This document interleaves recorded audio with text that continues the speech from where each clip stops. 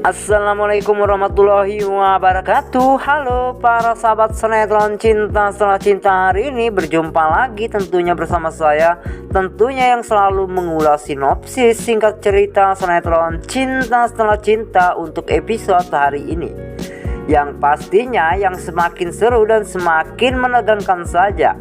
Namun sebelum kita panteng videonya sampai selesai, seperti biasa tinggalkan jejak kalian dengan cara tekan dulu tombol subscribe-nya dan nyalakan juga lonceng notifikasinya agar kita semua lebih nyaman dengan alur ceritanya dari channel kami.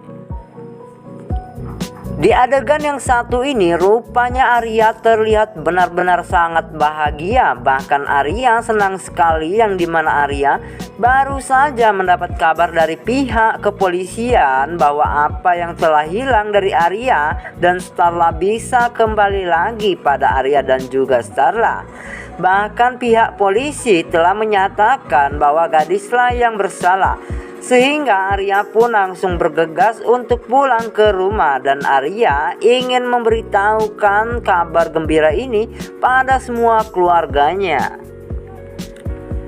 Namun tak lama kemudian Arya telah sampai di tempat kediamannya. Lalu Arya langsung memanggil Starla dan semua keluarganya.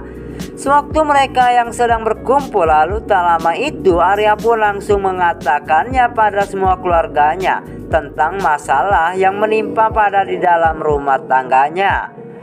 Arya berkata bahwa apa yang telah hilang itu bisa diambil kembali dari gadis. Bahkan pihak kepolisian telah menetapkan bahwa gadislah yang bersalah. Sehingga semua keluarga Arya, bahkan Starla dan Nila pun merasa senang sekali, yang dimana mereka mendengar kabar gembira ini.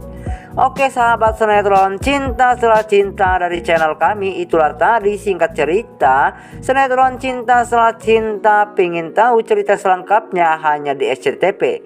Namun sebelum saya undur diri, dukung terus channel ini agar channel ini semakin berkembang dan semakin menjadi idola untuk kita semua, dengan cara like, comment, subscribe-nya. Sampai berjumpa lagi di video selanjutnya.